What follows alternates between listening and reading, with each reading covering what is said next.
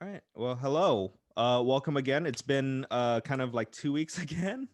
I know I'm not trying to do this on purpose, but we've had a holiday and we're coming back recording. It's a Wednesday on the 6th. This has been a lot that's happened, and we're gonna get to that at more or less the tail end of the podcast. Um, Groups of people going into the United States capital, and there's been a lot that's been happening. Georgia Senate runoffs just wrapped up yesterday, so I figure let's get to what I was going to discuss with Dominic Tovar today.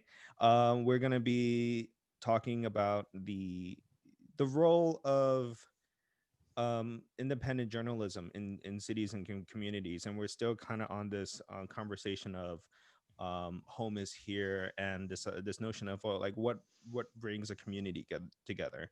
And one of the biggest things that I've kind of recognized and noticed is that when I was working in the nonprofit areas um and the work I did in the city of Alhambra and in the AUSD, is that a lot of local publications really spotlight the work that individual schools and communities were doing in each city. And that means something. And then also, another thing that I noticed, like things where sketchy housing things or some of the things that we've discussed with Pradeep Kaur and the Good Water, and like the those that um sorry, the dispute over property and things like that gets a much more bigger highlight. And I remember showing Dominic a podcast from Andrew Yang where there's this notion that if there was more local journalism, there would be more eyes on individual corruption that would happen in cities, and that it's a check on those powers. And so we're here to kind of discuss it, see what's been happening kind of nationwide, and then we're just going to talk about how you know more independent publications can come back into the city system. So I think we could just start the conversation with Dominic Tovar and your experience with the Alhambra Source, which, sorry, I forgot that I had this whole introduction planned out. But for folks that live in the Alhambra area or in and around the San Gabriel Valley, around November, we got an email saying that the Alhambra Source will be on hiatus starting about November 15th, if I remember that email. And that's been kind of like the biggest blow in the for a lot of local communities in the San Gabriel Valley. So, Dominic, you have the floor now. That's my Mhm. long-winded introduction, and I tend to do those.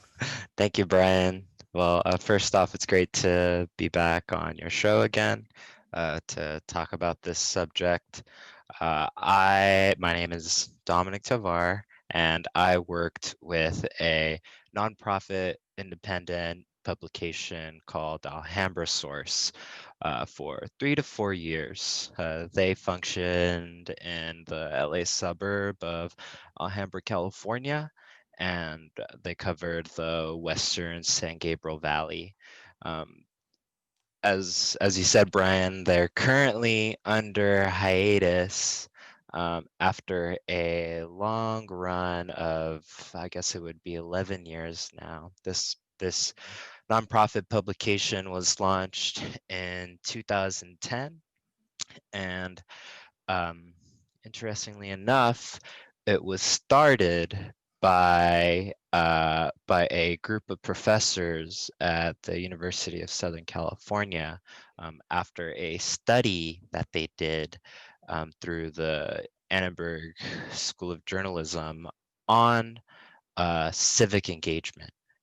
They ran surveys across Southern California to find out which communities in Southern California had the lowest turnout and which communities had the lowest amount of civic investigation. Civic participation. What they found was that the community of Alhambra was on the top of this uh, I guess I want to say worst of list. Hmm. um, and they found that multiple cities on this list did not have a local publication to sort of disseminate information about city council races, to disseminate information about what community groups are doing, what independent local celebrities are doing, what local school districts are doing. So the reaction to this data was to create a publication that would cover all of these topics that had not been covered before. So yeah, so I had a 3 or 4 years experience working with this nonprofit. We were a tight knit team. Um, we were small but mighty, and we covered we did a lot with the amount of support that we had. We closed on November 15th, 2020, due to sustainability issues, funding sustainability issues. The fact is that not a lot of folks today like to pay for the news that they consume. Hmm. So that paired with the COVID-19 pandemic and everyone being strapped for cash led to our current hiatus status. Yeah, and that's been kind of like a running theme throughout this whole pandemic. This notion that it's been a death knell on community organization groups, and we're currently seeing that with everyone in kind of restructuring and that's always business speak for, yeah, there's going to be a lot of people that's going to be laid off. And so for and this has been kind of a trend line for a long time for a lot of local publications. And for folks that don't know it, it's like there is a reason why these big um business people that don't buy sports teams, they just get up and say, hey, let's buy the Washington Post, or let's get the um I forgot, it was the Inquirer, or but like these publications that used to be, there's um these places for independent journalism. And so yeah, it's a catch 22. It's either as a news organization, you've either get bought out by a billionaire, or you have to try to hustle with the being in a nonprofit kind of industrial complex, as I kind of coined before. And that's just, it's a struggle. And then another thing is the subscription models, where you like these legacy brands like LA Times and New York Times, that does these like these subscription based models, and you have to like pay over time. For them, it's like they can do that because they're so big. But the problem when they're so big and have to focus in on their customers that would pay for them, they have to cater towards their customers. And sometimes that's not really balanced when it comes to news too. and Mm. and I feel like there's a kind of a different feeling when I would open up an Alhambra Source or like a local publication versus a kind of like a even though it says LA Times, I kind of consider them on the same playing field as like national news at some points, because it's like they're catering towards certain types of people. So Mhm. do you kind of feel that same way? I know that was a long drawn out kind of meandering conversation I just had there. Yeah, yeah, absolutely. People look at LA Times. To That's their number one resource for what's going on in California. Um, like, so I think they do draw national readers, and might be convinced more to get onto the LA Times subscription model, um,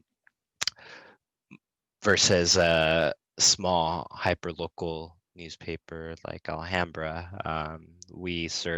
Alhambra Source served a community of 76,000 We had readers across LA County and the Western San Gabriel Valley, but um, yeah, it's funding independent news is still a a problem that us folks have yet to solve. Mm-hmm. And subscription model might be a part of the solution. Finding a money bags that that would fund us every year out of their love for what we represent Mm-hmm. um, is could also be a part of the solution. Partnering with educational organizations to make sure that we continue producing news that you know reflect and reflect what they're up to and disseminate their goals might be a solution as well. But um, yeah, at the time being, especially during 2020, paired with the COVID-19 pandemic, a lot of small nonprofit publications closed last year. Mm-hmm. So the answer, the solution hasn't been created yet. I think that a couple years, there might be someone might figure out the recipe that'll keep the small guy on top or viable. Mm-hmm. But yeah, for the time being, it's a no go. Yeah, and for a lot of like folks that like live in kind of like the West San Gabriel Valley, or just in like in their small communities of their own, there is a benefit, and I think we kind of danced around it a little bit, that there's a benefit to these local publications. It engages a community.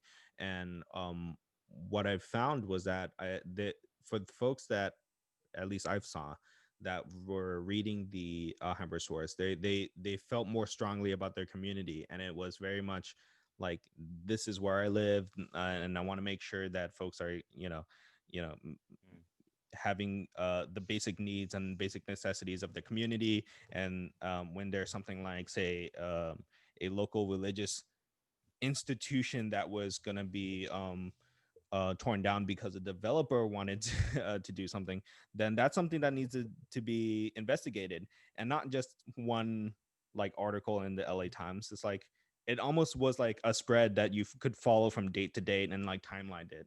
And I thought that was like, oh, this is an actual community struggling through something.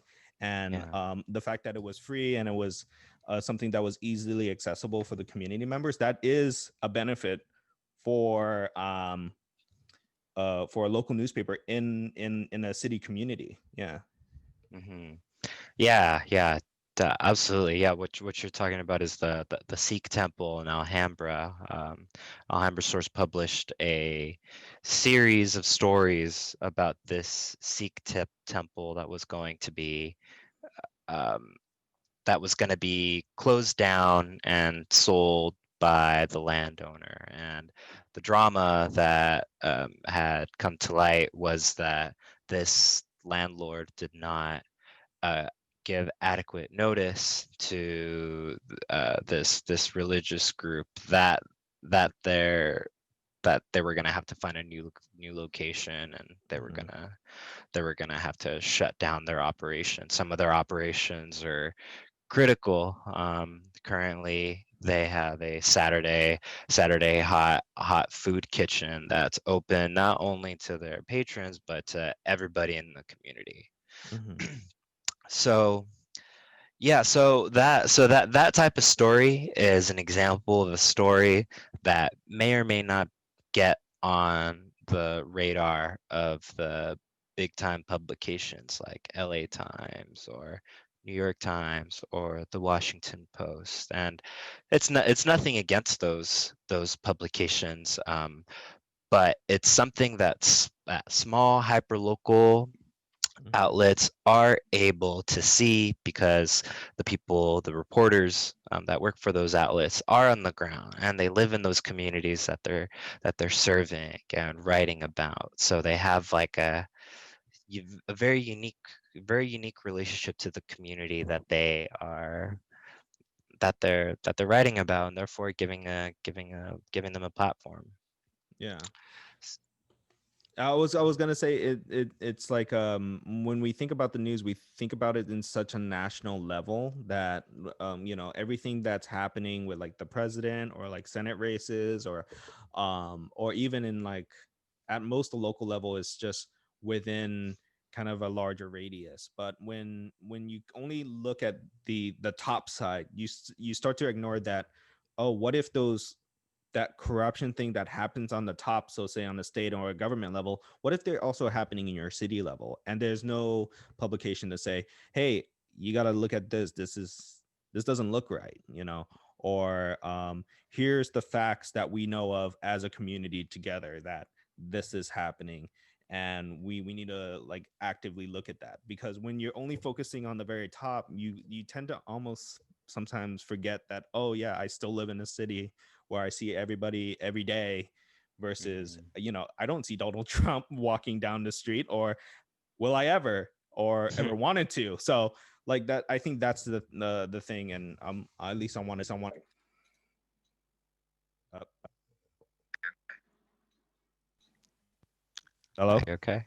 Hi, I could hear you. Okay, sorry. I bumped my microphone and it has like a weird wire issue.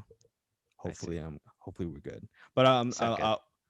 but I was just saying like that's, I think if there's anything out of this conversation is that I think that we should really have a better look on how we value not just national news but local news.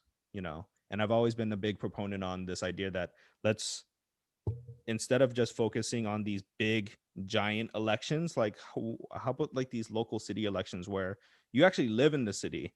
The senators don't live in the same city as you do. Mhm. Like Yeah, let's try to do something where people can understand who they're voting for actually.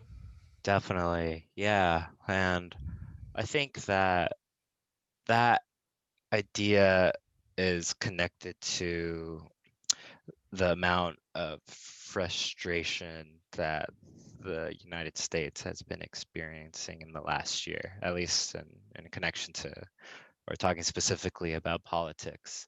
I Mhm. think that um, a lot of American citizens are frustrated and feel powerless and feel like they can't make a difference or that their voice isn't heard because they're trying to just affect what is happening in DC, what's happening at the Capitol, what's happening in the White House. I Mhm. think those folks really do underestimate the amount of power that they have, um, and that power journey begins in the communities that they live in and the Mhm. communities that they work in, the communities that they have the power to vote in and speak up at community meetings like city council meetings, board of education meetings, committees that are birthed through city hall in small towns, um, and those all of those settings I just listed, uh, local news, hyperlocal publications, they would give those settings and the people that spoke out in those settings a platform. Mhm. So a platform that otherwise might not be covered in a publication like LA Times or the Washington Post. So yeah, it's a huge shame that tiny little publications are closing around the country every year because that'll just propel of um, the amount of powerlessness that I think a lot of individuals are experiencing in this country. Yeah. And it's so much work that's been done through the Alhambra Source. Like like I remember, other than the Good Water, there was like this media team, and although it's very small, they did a lot of videos, and they did the debates for the previous election year for the Alhambra City, the city council, and then for the Alhambra Unified School District Board. And I thought, oh wow, this is like, even though the presidential debates we're having around the same time, it's like I would rather watch this debate than the presidential election, because I'm like, I feel, as much as this seems like a train wreck in its own way, the presidential election, I would rather see something that like I want to know more about. Like, I guess maybe I'm at an age where it's like I want to know more about the people that holds office in my communities, versus those who are in the news like 24/7, which that's its own thing. Yeah.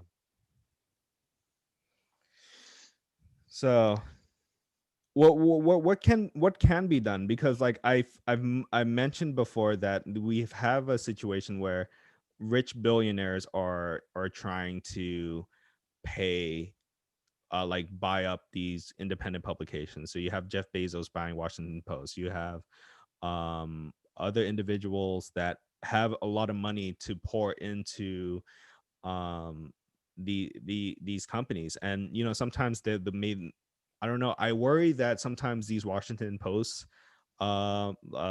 may have to cater to what Jeff Bezos has to say. And I know publicly they probably said that that's not the case, but you just never know when you really recognize the ownership of this newspaper is basically modern day Lex Luthor almost.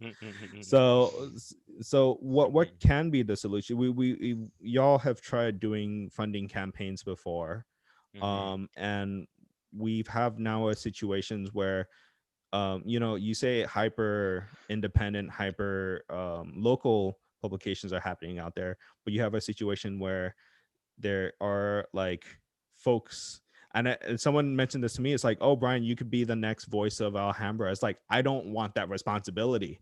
I don't want that. When somebody heard that Alhambra Source was closing up its doors, or put on hiatus, it's like, oh yeah, you have this podcast. It's like, I don't think I have the credentials to do that, nor if I have the interest to do that. Like, this is just something I just like to do. But you Don't have a sell don't sell yourself short, Brian. I mean, I but think the or go yeah, ahead.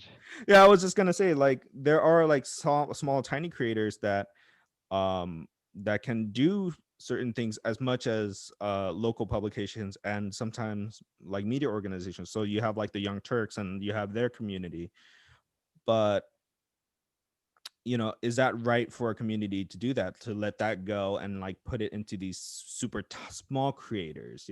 Like, I'm only one person doing a podcast versus a team of individuals in a community area actually doing work.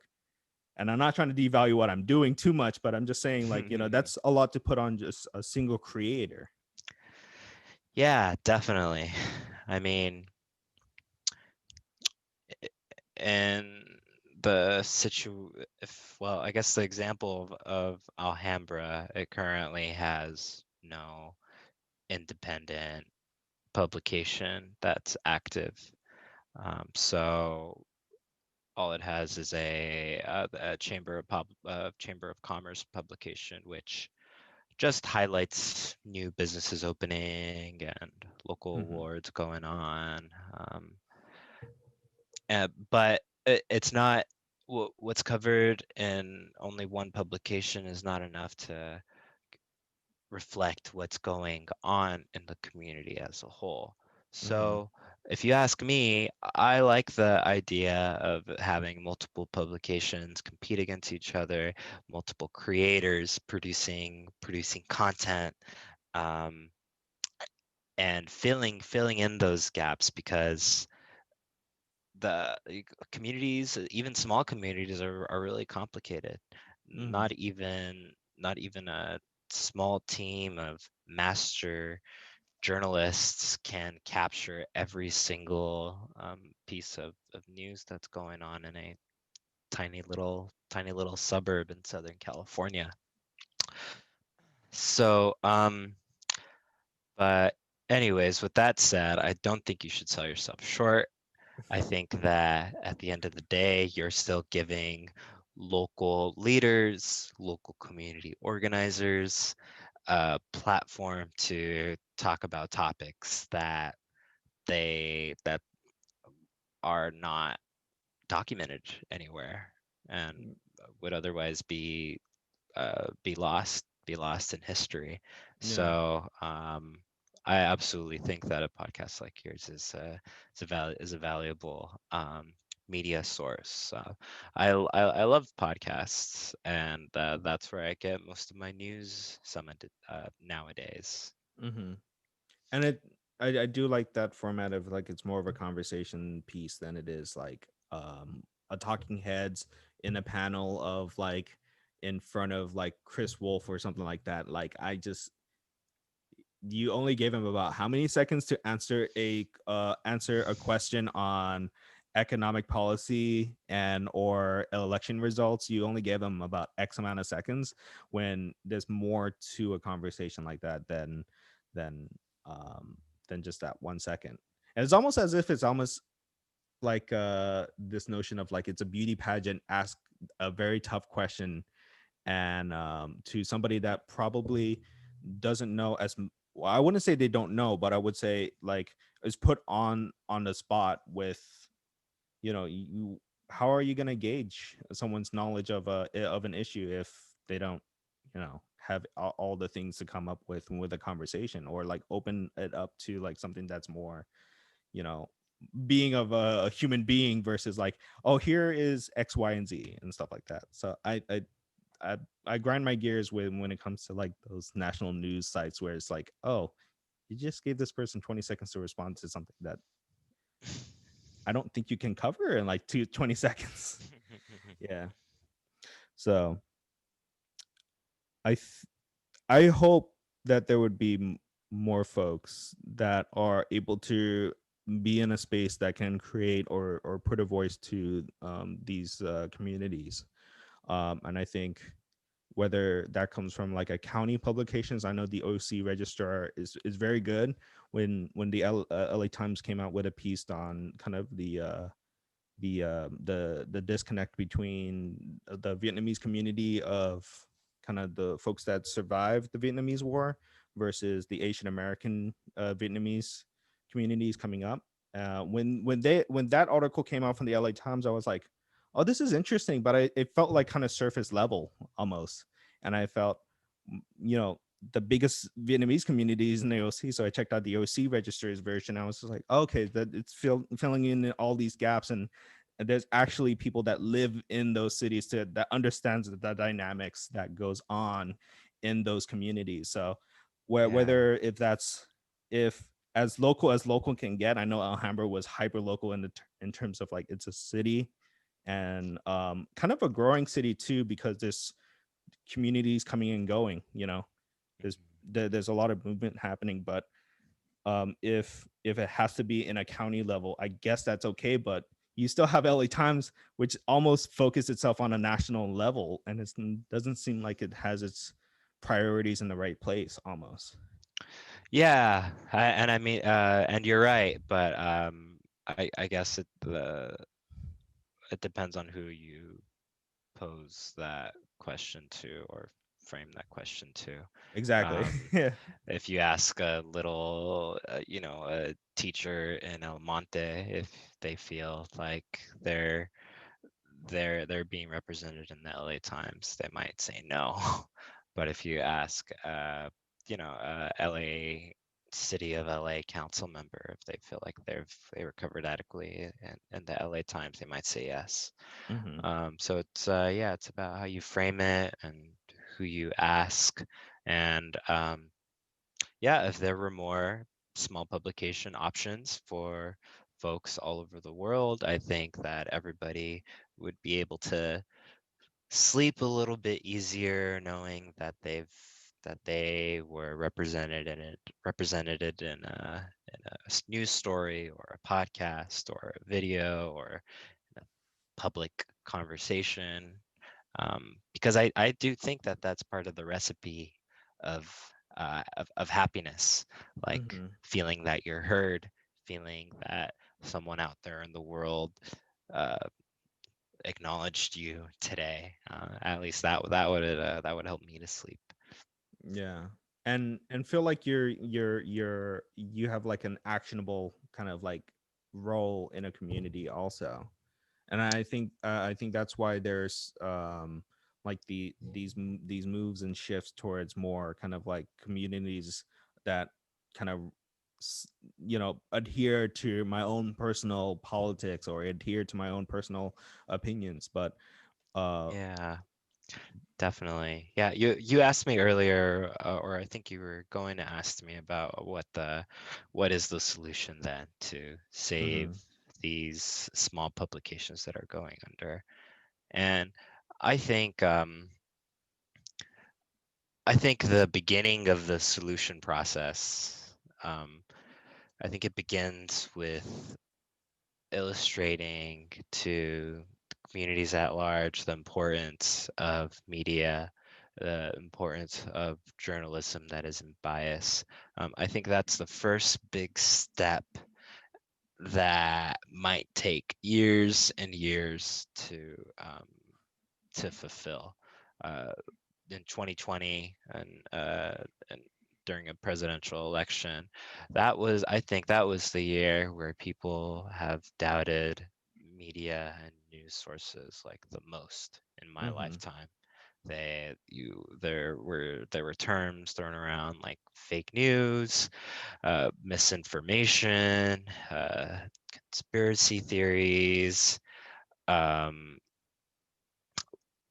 like just not facts, and that's still going down to this day. So I think that people need to, if in order to save local journalism, people need to will have let me step back. I think that people will need to need to appreciate and trust their local news source, and if they don't appreciate it and trust it, they've got to find another news source that they feel yeah. um, still relies on the facts, but and um, throw some dollars in their funding every couple months. I do think that the best case scenario to keep local journalism sustainable is to have every reader pitch in a few bucks a month. Um, I really do think that's the best way, because there isn't always going to be a money bags. Money bags will come and go. Funders will get bored or move on to other interests, and I think that the only way to keep to keep publications like Alhambra Source viable and operating is to have the people that care about the content that they produce to throw money at them and invest in that publication. And um they're yeah, I mean, I only subscribe to the New York Times at the moment, because I grew up um and I was trained to not to consume my news for free, Mhm. and that was that. um re- but after working with a nonprofit outlet, I've learned that I really do have to start investing in into quality news sources that I can believe and trust. Mhm. Yeah, and I think that that's the biggest takeaway is if folks have the disposable income to do those things, that they can pitch in a little bit to as much as they can to keep the lights on for some of these local publications or these local newspapers, because I think we just laid out a few examples of like why is it important. It stems off corruption. It highlights community leaders trying to do something in your day to day versus like you have all these big fluff pieces at the end of like nightly news that has only like one story out of this one place, versus like, oh, all those people can live in the San Gabriel Valley and they're here every single day, you know. And so and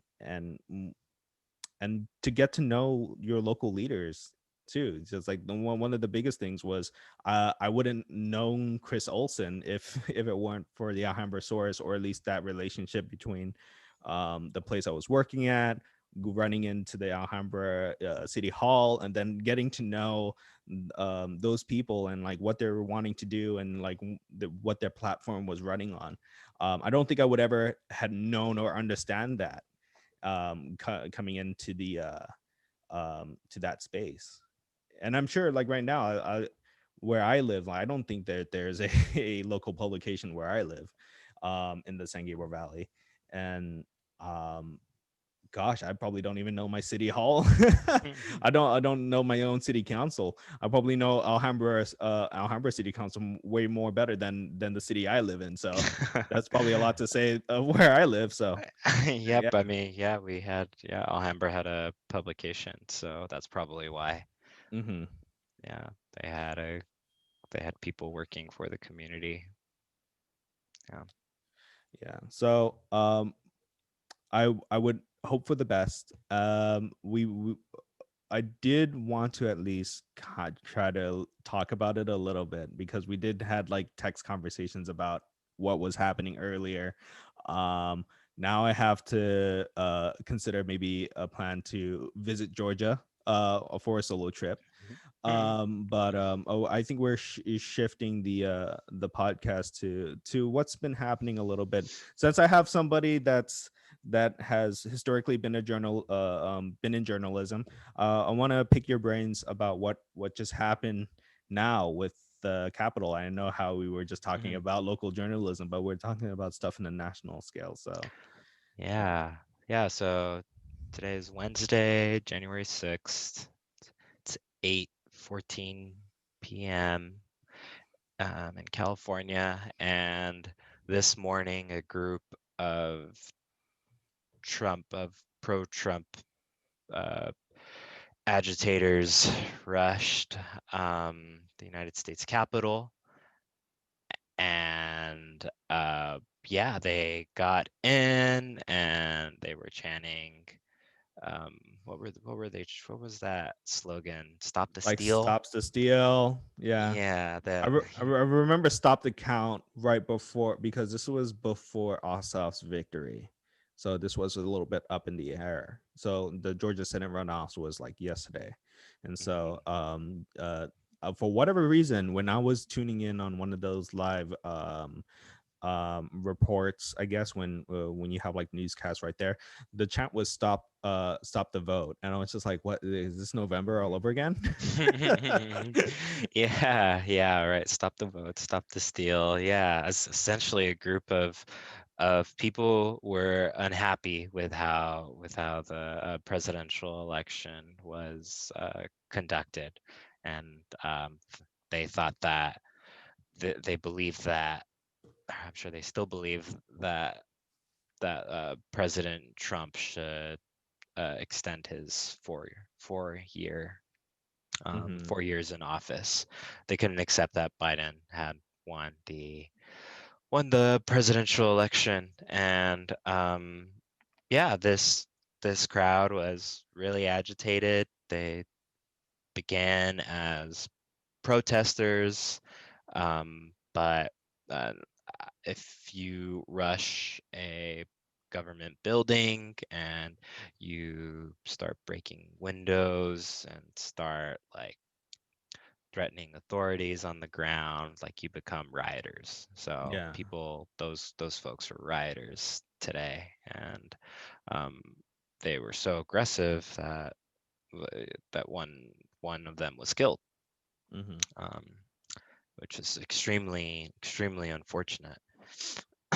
um, yeah, it's a bummer. It's a bummer. Yeah, It's today is a lot of emotions right now, and I think I said it before the podcast. and I think maybe at the very beginning of the podcast, is like it's a mountain of so many emotions right now. You know, there's the ridiculousness of it, there's the humor in it, but there's also like a deep tragedy when it comes to, you know, people dying, and like and there is a fear, because it's like if this is happening right now, and the engines of a functioning democracy is being like this big wrench is being put in, you're like thinking, it's like, wait a minute, y- what's happening here, you know? Mhm. Like all these things are happening all at once, you know? And so it's probably one of the worst Lifetime movies right now that we're living in. where where where where all of this is happening at once, and I just it was almost something that we could have we probably predicted, because you know, we've have this president that has kind of stoked the fires, right? You know, and even in his recorded one minute speech that he kind of had today, it was that, you know, like, oh, please go home, but also this election was rigged, and you know, I know it and we all know it. And it's like, you know, you doing Yeah. this weird double speak thing where Mhm. you're condemning the people that has came here, right? But you're still Mhm. sowing the seeds of this to continue beyond what he's doing right now.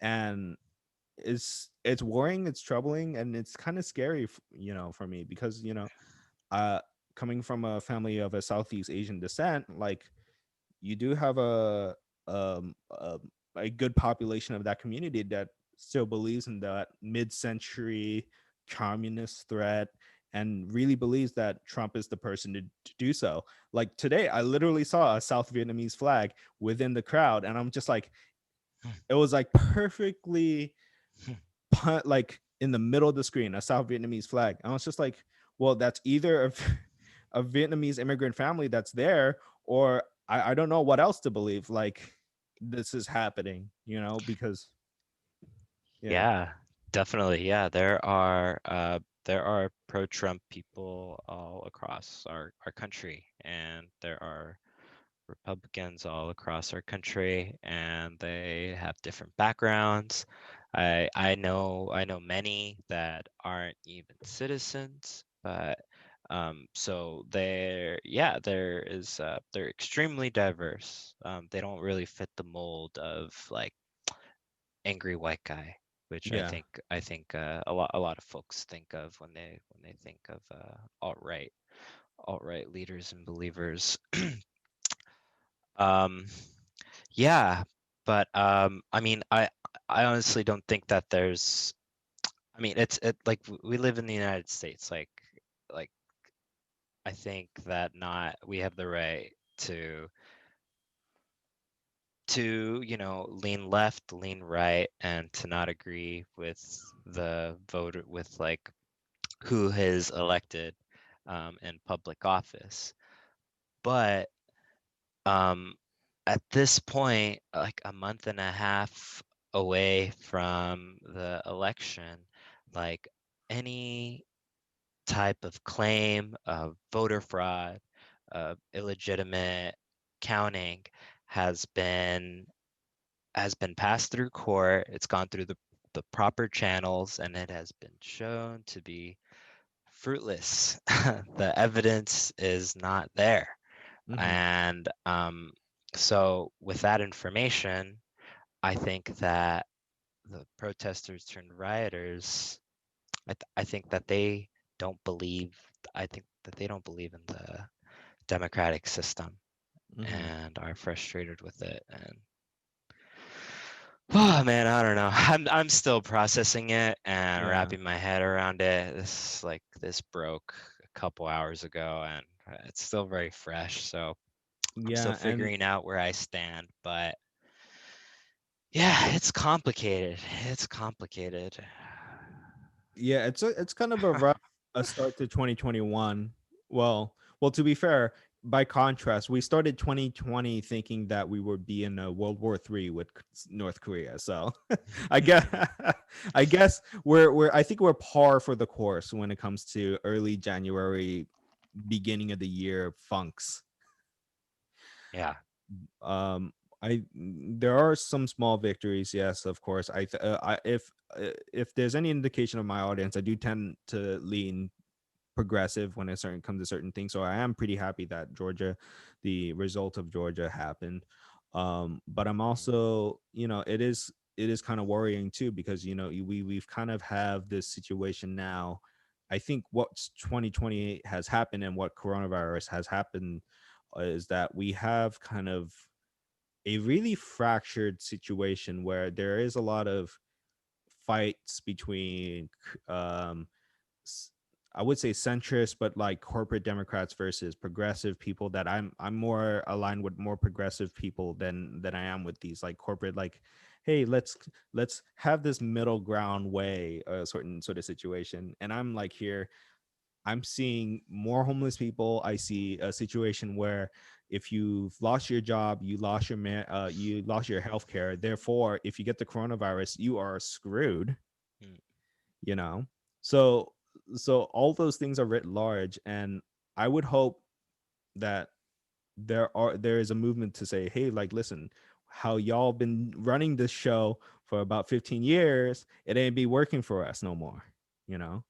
And mhm, so that's what I hope. Like I am cautiously optimistic, and I know that's probably difficult to say, to talk to folks about or talk to my family about, but and yeah, I just hope for the best. But for today, I'm just kind of like, I think I'm with you. I'm in this funk where I'm like, dude, this is just kind of weird. I just can't believe something like this would happen. I wouldn't even think something like this in my lifetime. mhm, And and I should have saw this coming, because this was a president that was kind of predicting this, or said as much, you know days leading up to this day. It's like, come to protest at the Capitol. And I haven't heard this term before, but Socratic terrorism, I guess, where you said, oh, where you say, it's all like, well, you better come to the Capitol, you better protest, but I'm not gonna, like, it's not me doing it, like, somebody better do this, or you mm, know and I think the biggest example of Socratic terrorism is like, somebody got to do something about that person, but I'm not gonna do it. I'm not doing anything. I'm not doing anything, but somebody should do something about that. So that's basically what this president has done, is just said, hey, just come to the Capitol and protest, show your anger. mhm. There are other conservatives around the party that really, really said, like, took a step further and just enacted on violence. And so I'm just like, okay, well, this could have been seen, and yeah. Yeah, definitely. Yeah, there's a huge difference between protesting and rioting. Um, yeah, I think everyone has the right to protest peacefully. I think everyone has the right to be frustrated, but when you start hurting other people and Mhm. start putting lives in danger, and especially when you carry Thank- weapons, thank there were bombs found around the Capitol this afternoon Yeah, that in have since, both the RNC and the DNC, right? The yeah. the offices. Yeah. Yeah, so that's horrible. Imagine if they had gone off today. Like that would be absolutely fucking tragic. Um, Yeah. yeah. Yeah, for our audience today, I don't think we have easy answers today. I think we're just living in this moment. I think we just got to at least talk about it, or just be like with it, and I think that's probably the most healthiest way to kind of deal with this. It's just like, okay, this just happened, let's talk through this, because I can't imagine what somebody young today, or new immigrant family coming into the United States, and wide-eyed, believing the American dream, and then seeing this, you know Mhm, and I think me being kind of like a first or second generation in this, I forgot how the first generation and second generations worked, but being born here and my parents having to travel here, for a better life, I wonder what's going through their minds when they see something like this, you know and within that immigrant Cambodian American community, like how are they thinking about this moment where uh, to some degree they put a lot of their bets on Trump, and this and if Trump, if the people that were for Trump is basically breaking into the Capitol and destroying stuff and putting their lives at risk, and like literally putting lives at risk, like we got, I Yeah. don't know, I think there's got to be a big question that to ask yourselves on, like, if this is what conservative leadership looks like, then, and I'm not trying to say not be a conservative, because you got to weigh those things. It's like, what does it mean at this moment, and like, what are my values, and can I still stand behind a party if they're still doing those things?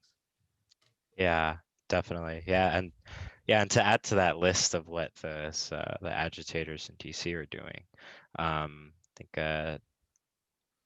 the next item would be disrupting the democratic process, Mm-hmm. because in Congress they were certifying Joe Biden's win, both in the House and in the Senate. They were listening to um, members of those on both sides that object to the president-elect's victory. Mm-hmm. This happens every time a president is elected. This is the only time it's ever gotten this big of a spotlight because of the storming of the Capitol. Um, but these rioters disrupted the democratic process, and that's just something that I'm not cool with. Yeah. Like 4 years ago, I had to accept that President Donald Trump won the election. I wasn't happy with it. I wanted someone else to win, but I accepted it, and I didn't put anybody's life in danger Mm-hmm. not accepting it. So that's why in this situation, not. I'm. I'm not. I'm not cool. I'm not cool with what happened Yeah, today. same, same. Like, we're all individuals in this thing, you know. Like, it's, you know, even for me, Biden wasn't my first choice either, or like all of these other things. But like, I am willing to take those wins, and Mhm. take those losses too. Like when 2016 happened, I was just like, are we seriously doing this? But for after a few days, I was like, okay, well, how bad can this be? Fast forward, sort of situation. But yeah, like I didn't go out to storm the capital of California, or like I didn't go out and do those things. I think for those people that went there and did that, I think that there's got to be a long hard look at themselves, and for those that do that, know who of whom react in those ways, need a long look at themselves and say, like, is this what, like, if there were to write a story about this, who am I going to be in this story? Am I Mhm. the hero, or am I the villain, or am I going to be the person that's going to be remembered for this, you know? Yeah. Because I don't know if sorry, I don't know if that person that lost their lives today wanted that to happen, you know? Or like, I don't know if that individual wanted to be remembered for that, you know? Mhm. So I and just it's weird, it's funky. I really don't know what I'm feeling right now, but I think I'm just trying. I think I'm still on the process of like trying to talk out the funk almost, Mhm. but I think if folks in my audience want an easy answer, it's like, I don't condone any of this. This is not right, and it was, to me, in some way, my chaotic personality of me was like, it was funny for the first couple weeks. After a month, it started to get more darker and darker, and then it led to this, and I'm just like, okay, well, when did the humor of this fade? And like, I think I'm questioning it myself. It's like his whole Stop the Steal and Rudy Giuliani and all of this stuff. It was a lot of funny for me, Mhm. But at what point did that humor turn into this violence? Or how much did that humor kind of contextualize that violence almost, or like hid away that violence to this corner versus actually talking about it, I guess. I don't know. I I think part of it is I think I feel slightly guilty. I don't know. I don't know if I'm right or wrong. Yeah, definitely. Yeah, I think I share type of your type of thinking on um on like seeing the comedic side of it and laughing a little bit about how the last month has how this country has been boiling. I think personally, I tend to laugh at things when I'm uncomfortable or am Hmm. like looking to settle down. I like laugh and smile because that's the only way I know how to process news. Um, Bad news, really, is to just lighten it and sprinkle it with a little humor. But in this case, um, yeah, there were groups of people who didn't believe that President-elect Joe Biden had won the race, and Hmm. they also didn't believe that in the states where that were turned blue, Georgia, Pennsylvania, Wisconsin, this group of people in DC did not, this group of writers in DC did not believe that those local governments, that those local states, they didn't believe in the Hmm. processes that um, filtered through the allegations that that the voting over there was illegitimate. That process has been done in the last month and a half, and it has been finalized. It has been shown that President-elect Joe Biden won in those states and deserves those electoral college votes. Hmm. But they didn't accept it, and they still think it's fake news, and that has led to the events that happened this morning. Hmm. So, yeah, I don't know if I don't know what how we're supposed to, I didn't know how we were supposed to react um election time in November. I don't know how I'm supposed to react right now.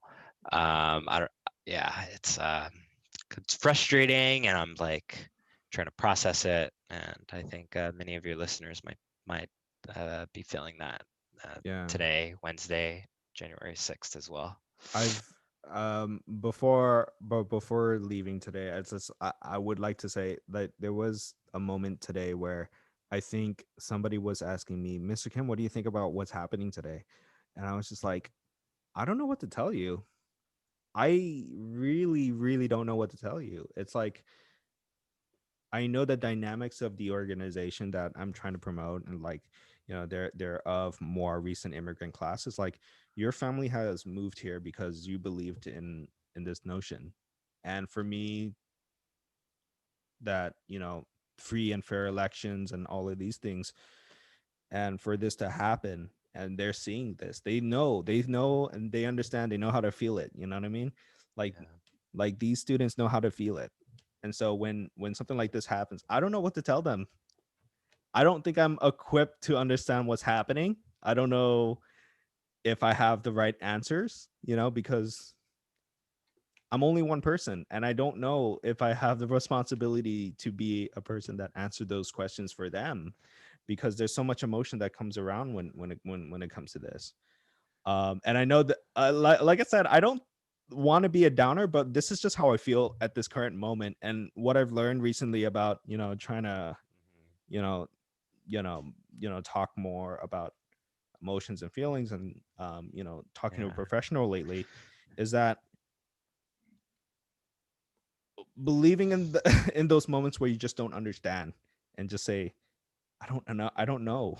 I really Mhm. don't know, and I wish I had the answers, and just admitting, hey, I wish I knew how to let you understand this, but I'm still kind of grappling with this information as much as you are. So just know that I'm not trying to ignore Mhm. you or nothing. i'm just Mhm. i'm just trying to learn what's happening now. Yeah. Yeah, I think a good piece of advice for your students would be to urge them to read and to urge them to follow the facts and urge them to trust what they're feeling. Mhm. Um, I think that I think the worst case scenarios would be for a student to get access to misinformation, to Mhm. lies, and have that then feed their prejudices for the next 4 years, and then for them to spread that to their communities and to their children.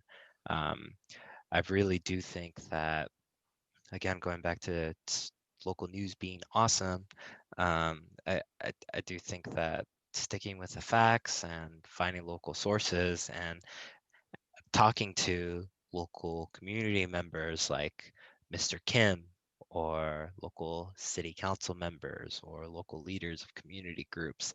I think that is also a part of that process of finding out what the facts are and finding out what your community is doing and feeling in reaction to the national climate. Right. Um, yeah.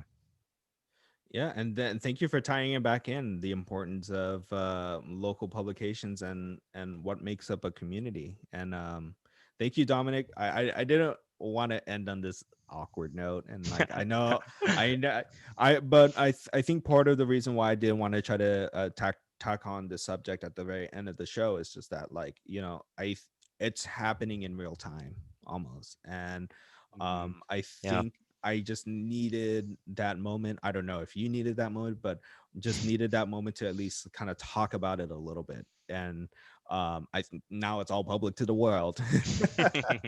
So Yay. thank you again for coming on to the program.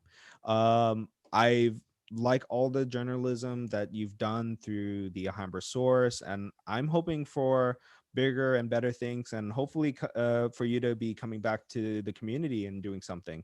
So I hope for the best, and um, it really sucks what's been happening to all of these local publications, and I just hope what the Alhambra Source has did for the span of a decade, it's like literally a decade, for a span of a decade, really did something. And I feel it.